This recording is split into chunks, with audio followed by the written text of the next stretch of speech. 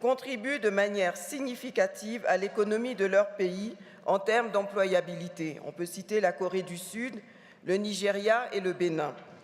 Notre pays, la Côte d'Ivoire, est une terre de créativité et de formation. Elle est riche de 60 groupes ethniques et de ses 529 festivals qui constituent une source d'inspiration permanente. En outre, son patrimoine culturel est reconnu par l'UNESCO. Mesdames et messieurs, en Côte d'Ivoire, plus de 75% de la population a moins de 35 ans. Notre jeunesse culturelle est créative, connectée, consciente des enjeux autour du développement durable. Par exemple, Laetitia qui, à travers son art sculptural capillaire, est une artiste engagée qui fédère plus de 23 millions de vues sur TikTok. Quant à Désiré Mounou, il exprime son pop art de manière innovante à travers le recyclage de pièces électroniques usagées. Au-delà de l'art contemporain, notre jeunesse s'exprime également dans tous les secteurs des ICC. À présent, attardons-nous sur l'avenir de l'économie créative. Devons-nous l'envisager en termes de sources d'inspiration, de protection des droits des créateurs, des acteurs et des professionnels de la culture, de la sauvegarde et la protection du patrimoine matériel et vivant, de la structuration de la chaîne des valeurs des ICC et de leur meilleure prise en compte dans les politiques publiques, de la collecte de données et enfin, devons-nous l'envisager en termes de coopération multilatérale. Assurément, Mondiacult montre que ces questions sont déjà prises en compte à l'occasion de cette conférence. Concernant la Côte d'Ivoire, nous sommes déjà dans l'action, car ce matin, nous avons signé un accord de coopération bilatérale avec l'Institut national des beaux-arts et de la littérature. Et nous allons finaliser un partenariat avec le Musée d'anthropologie de Mexico. Avant de conclure, permettez-moi d'évoquer le sujet de la culture et du marché. La culture est-elle un bien marchand comme les autres? Aujourd'hui, on constate que les œuvres de certains de nos artistes sont essentiellement achetées en dehors de notre continent. Par exemple, une œuvre de notre peintre Aboudia a été vendue à Londres pour 370 000 $ US.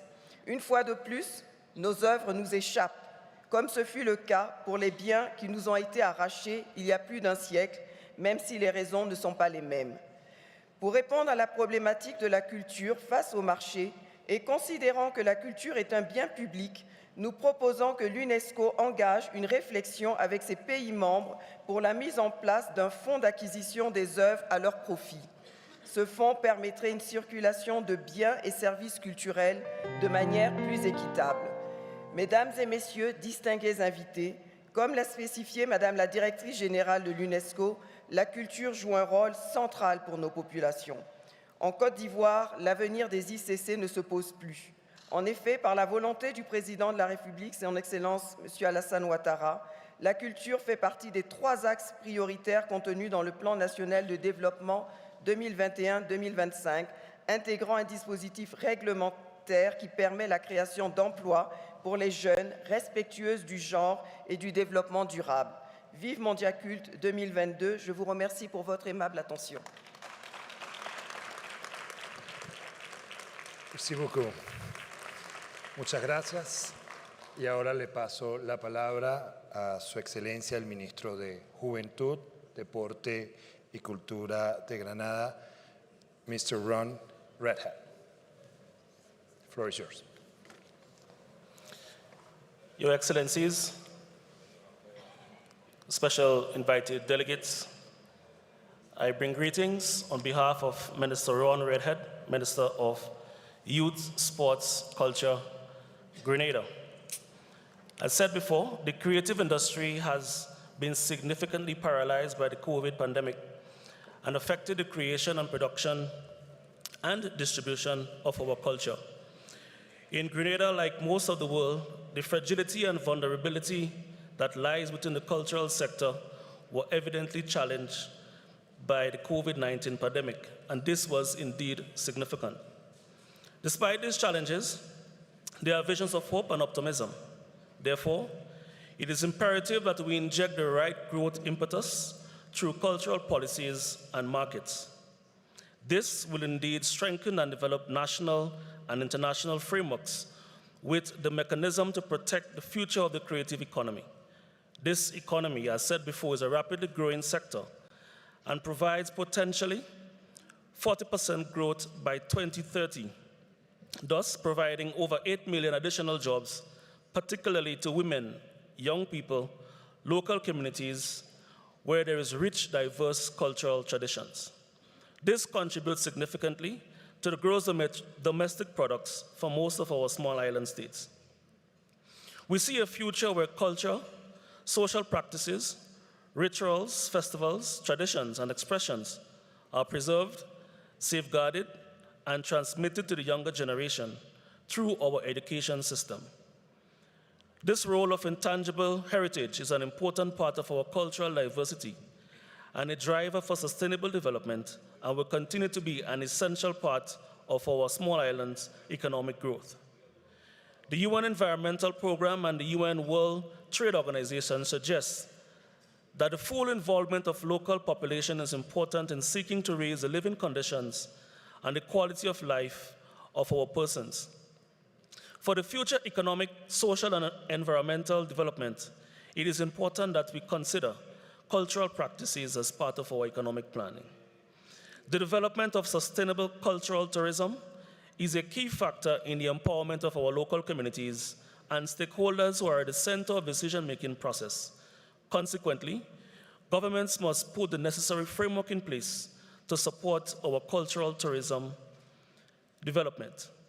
The economic transformation of our region is highly dependent upon the success of our creative industry.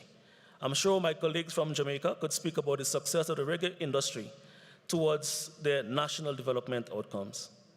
We envision there is a scope of enhancement for the music industry. We also envision greater collaboration between performers, artists, musicians, producers, historians, dancers, promoters, to mention a few.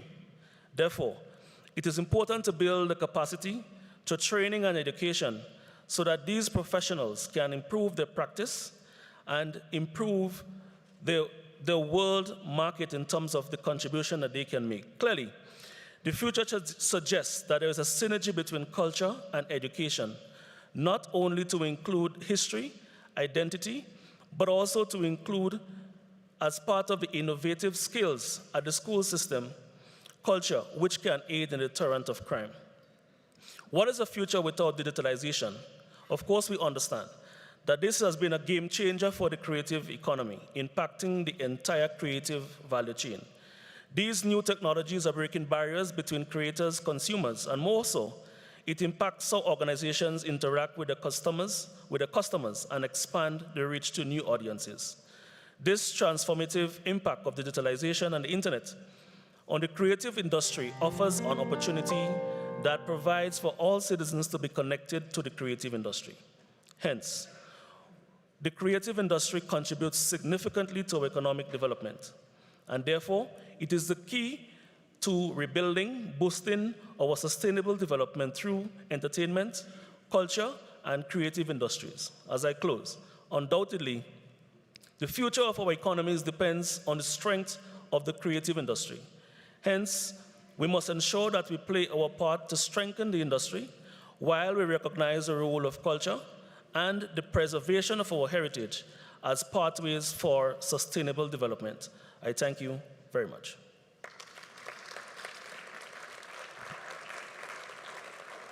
Thank you, Minister. Ahora vamos a ver un video de la Ministra de Cultura y Asuntos Económicos de Islandia.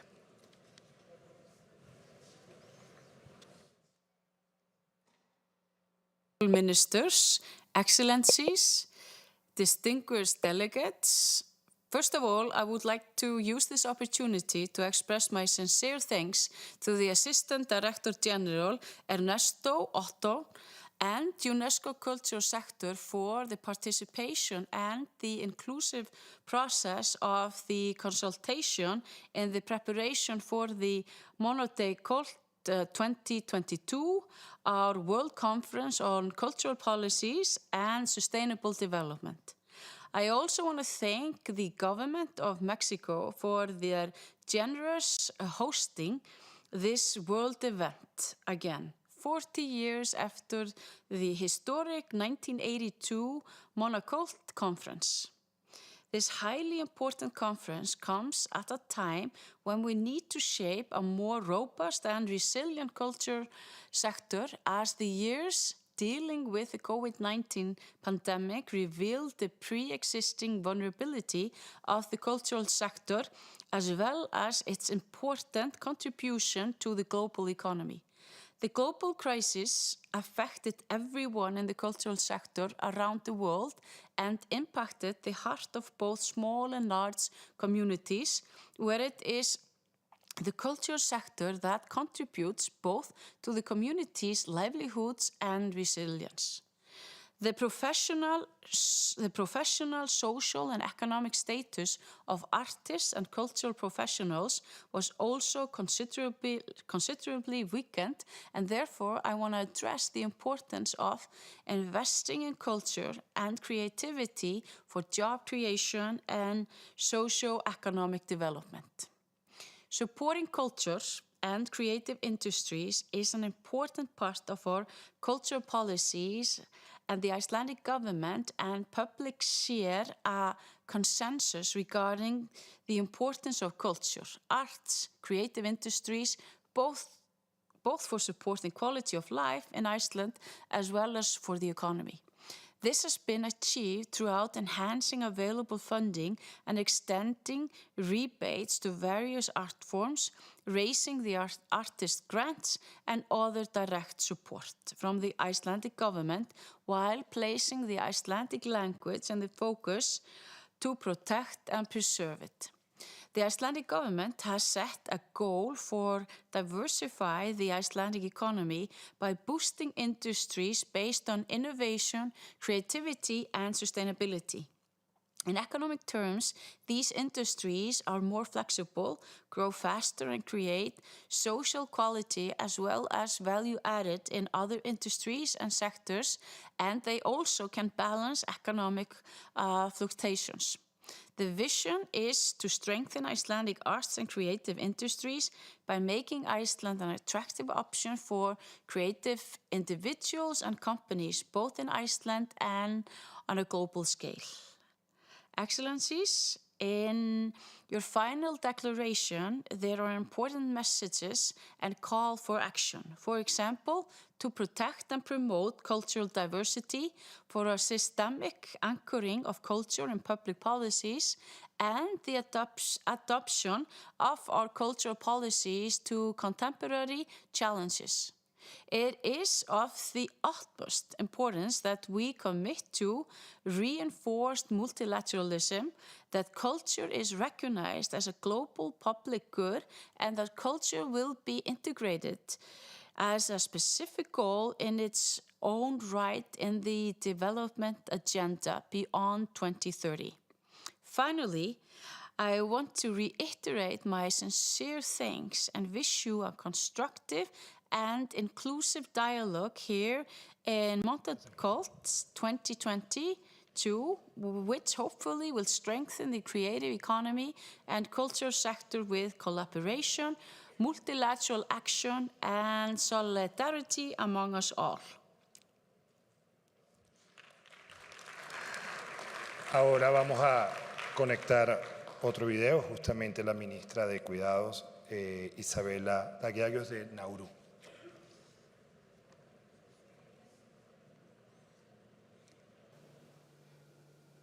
Ikamowiromo, well wishes and greetings to you all.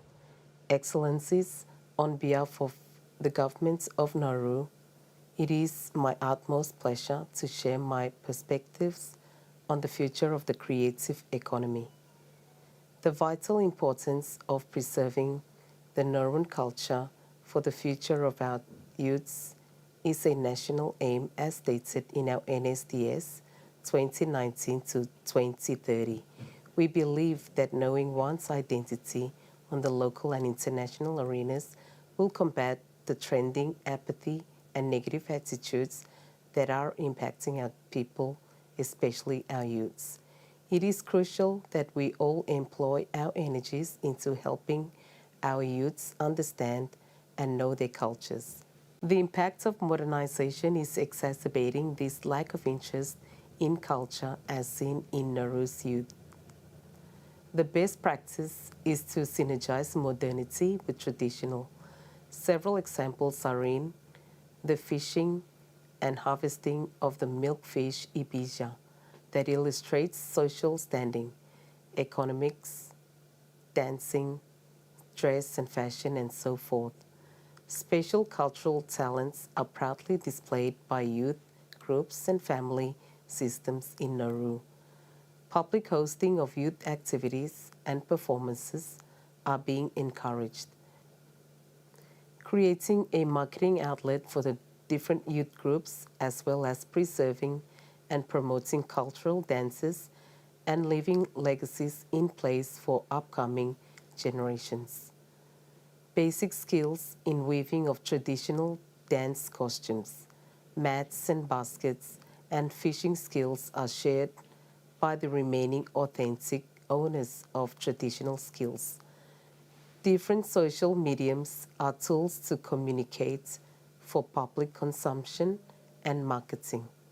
Cultural teachings on handicrafts, etc. are recorded, stored, and are being promoted and protected simultaneously.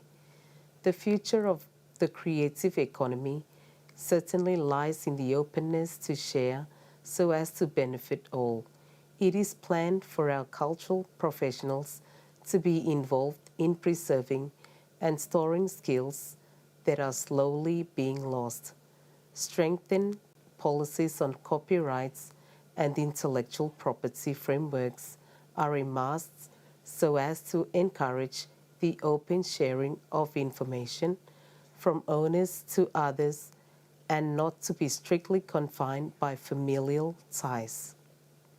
Participation by members of society can be enhanced by the strengthening of the socio-economic rights of artists. Nauru is at the initial stage of identifying our value chain of culture in regard to the future of the creative economy. Creative hubs for our youths could be formed and implemented to promote culture. Public funding and skilled human resources have to be invested so as to strengthen the establishments of such hubs. Nauru commits to the transformative role of culture for collective and individual well-being in its vision on building a cultural, social, inclusive, cohesive, and self-reliant community with sustainable livelihoods. Matewe, God bless us all.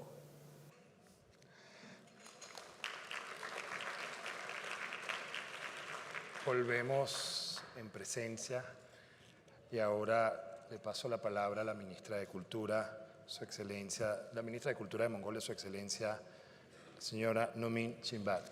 Por favor, the floor is yours. Thank you very much.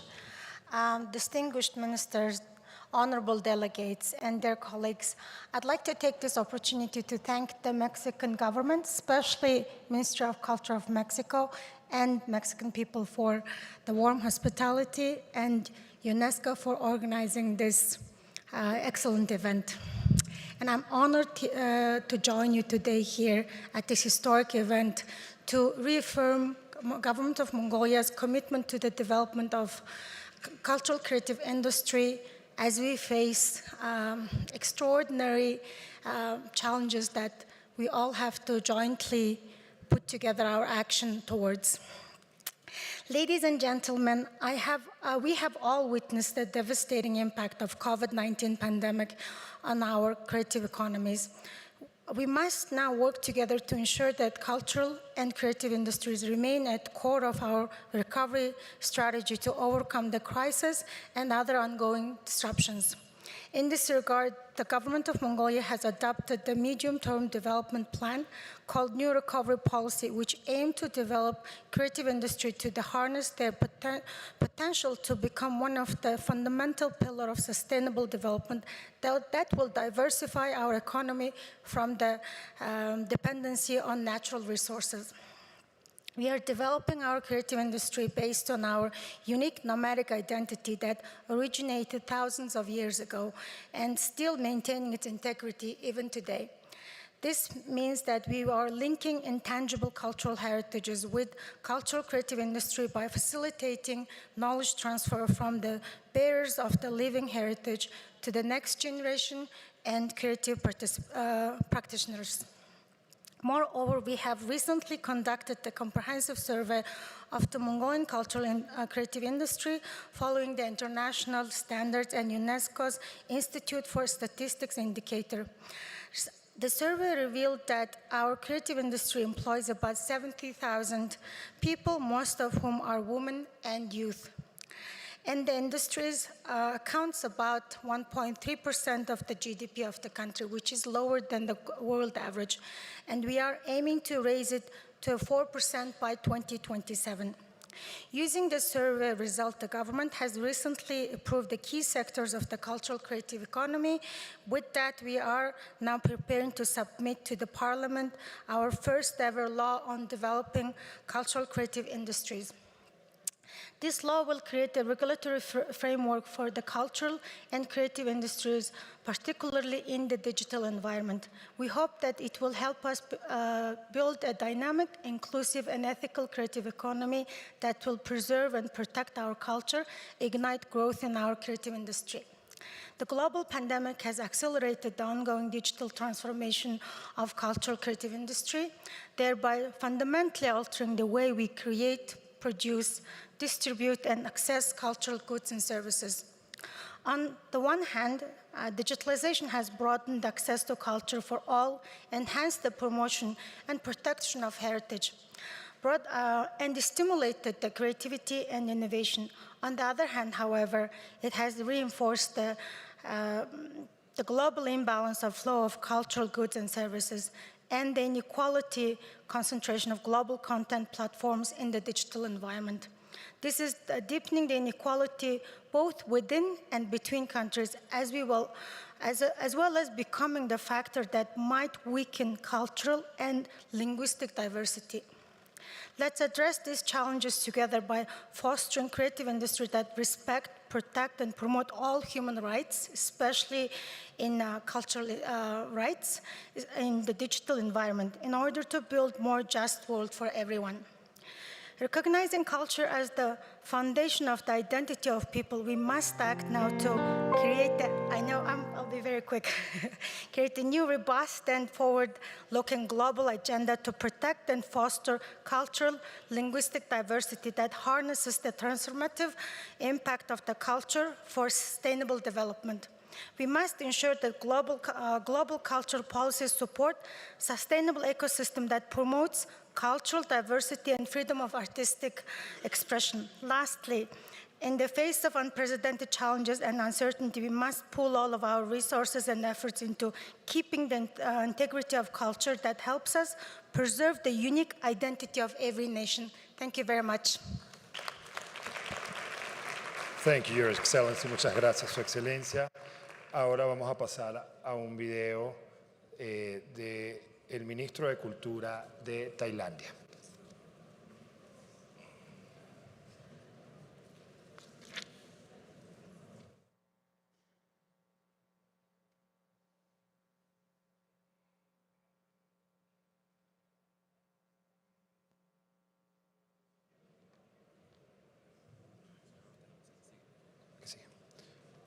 Vamos a pasar al siguiente panelista mientras logramos conectar el video para la siguiente intervención.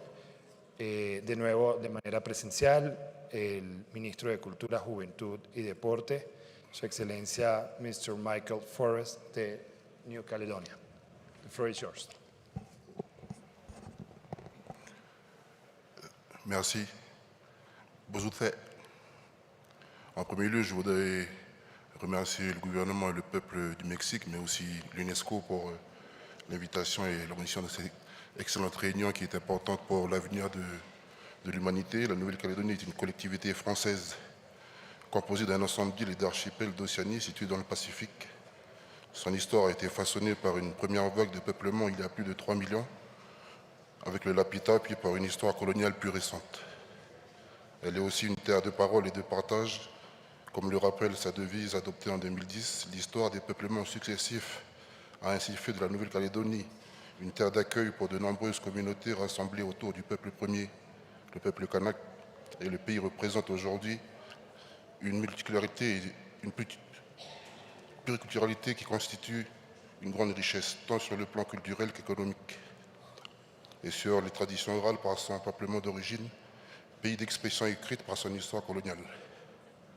La Nouvelle-Calédonie révèle un puissant besoin de s'exprimer qui se manifeste aujourd'hui à travers la diversité de ses manifestations culturelles et la productivité de ses nombreux artistes, témoins et les acteurs de la diversité culturelle du pays. Aujourd'hui, parler de la culture en Nouvelle-Calédonie, c'est aussi parler d'une culture multiple, avec beaucoup de visages. Elle s'inscrit dans une dynamique de créer la valeur ajoutée.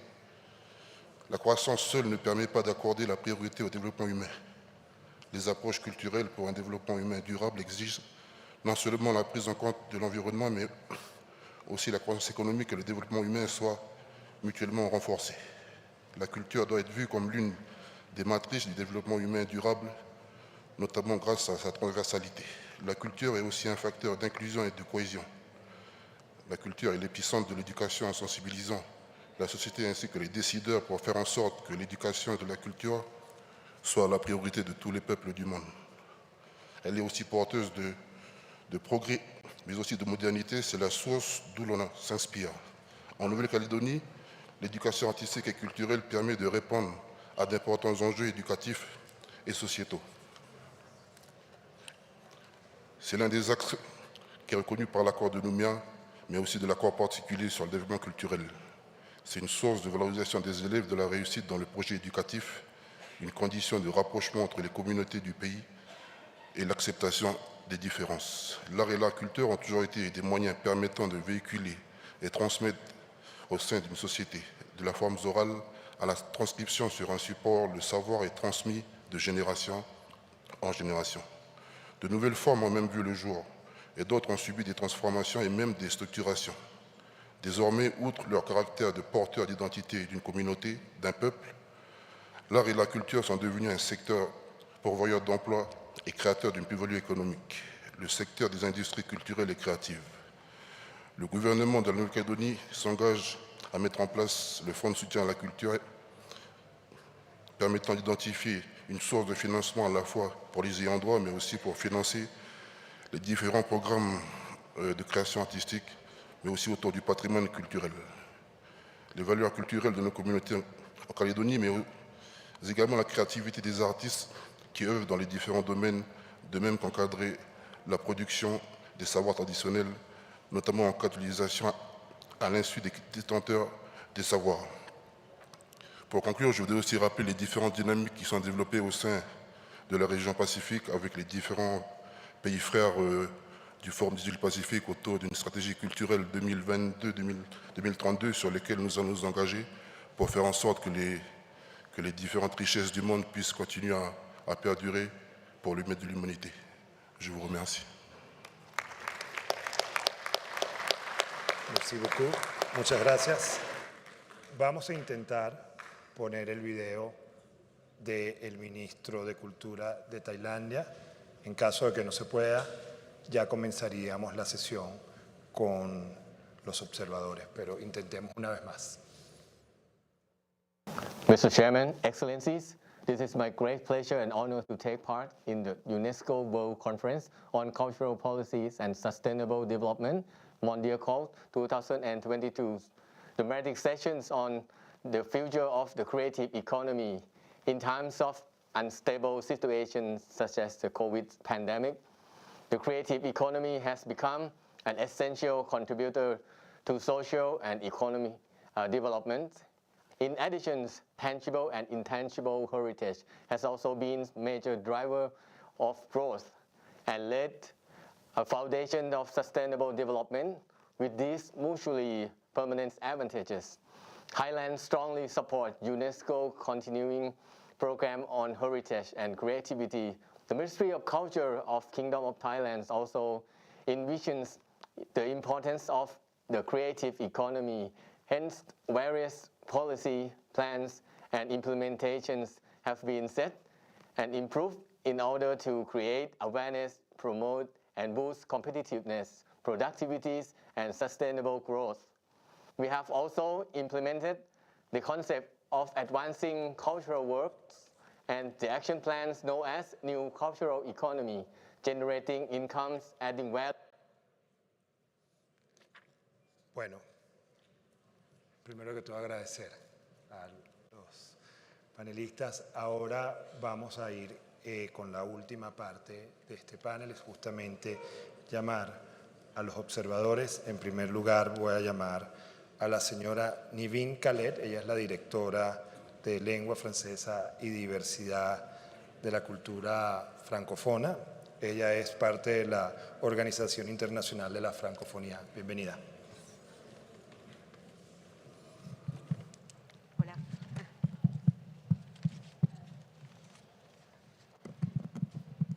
Messieurs, dames, bonjour. Je suis Nivine Khaled, la directrice de la langue et de la culture à l'Organisation internationale de la francophonie.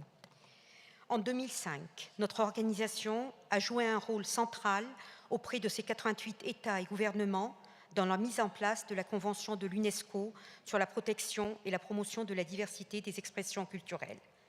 Aujourd'hui, notre ADN est le même. Notre engagement auprès des États et gouvernements, mais aussi auprès des acteurs culturels, se poursuit. Le rôle stratégique des ICC dans la croissance économique et le développement durable fait l'objet d'une prise de conscience collective au niveau mondial. Preuve en est notre présence ici aujourd'hui. Le numérique a profondément accéléré la transformation des secteurs culturels et créatifs. Il a introduit de nouveaux processus de création, de diffusion et de consommation. La francophonie, consciente de l'immense talent culturel des francophones, notamment les femmes et les jeunes, travaille à ce que ces talents soient plus visibles, plus accessibles, plus découvrables au reste du monde et qu'ils prennent pleinement sa dimension économique. La francophonie de l'avenir, celle portée par la secrétaire générale, Madame Louise Mushikiwabo, considère donc la créativité comme une source de création d'emplois, comme une source de lien social et d'inclusion. En mobilisant ses partenaires internationaux, ses États et gouvernements, ses 88 États et gouvernements, le monde académique, les médias, la société civile, la francophonie pose les jalons d'une feuille de route renouvelée, moderne et contemporaine. Je vous remercie.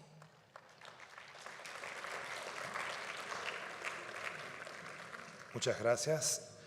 And now I will invite Ms. Alison Drayton, Assistant Secretary General of Caribbean Community, CARICOM. A continuación, ya, un solo idioma.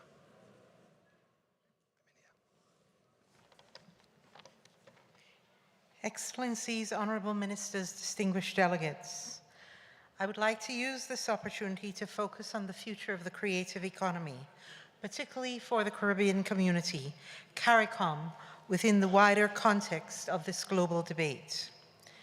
In the Caribbean context, culture is central to the promotion of identity, community spirit and unity, and the effective implementation of our regional integration movement. CARICOM member states have gained significant global recognition and respect for our renowned artists, the diversity and excellence of our cultural expressions. Between 2005 and 2011, the creative economy in CARICOM accounted for between 4.8 to 7% of GDP in countries such as Jamaica, Trinidad and Tobago, and St. Lucia. The cultural industries also outperformed other sectors, for example, finance and construction in some member states. The importance of appropriate investments to ensure a robust creative economy that will continue to contribute to economic growth and resilience have been recognized by our policymakers. Some initiatives to improve the enabling environment for the creative industries in CARICOM include developing national cultural policies and legislative frameworks to protect, incentivize, and promote the creative industries, developing national cultural institutions, financing mechanisms, and strengthening intellectual property management. A regional development strategy and action plan for cultural industries was adopted in 2012. The Caribbean Festival of Arts, Carifesta, which is a highly valued regional space to showcase our arts and culture, is also being positioned as catalyst for creative industry development in our region. CARICOM is resolved to leverage the transformative power of our cultural assets and creative economy to secure lasting prosperity in the region. We welcome the support and partnership of the international community. Thank you.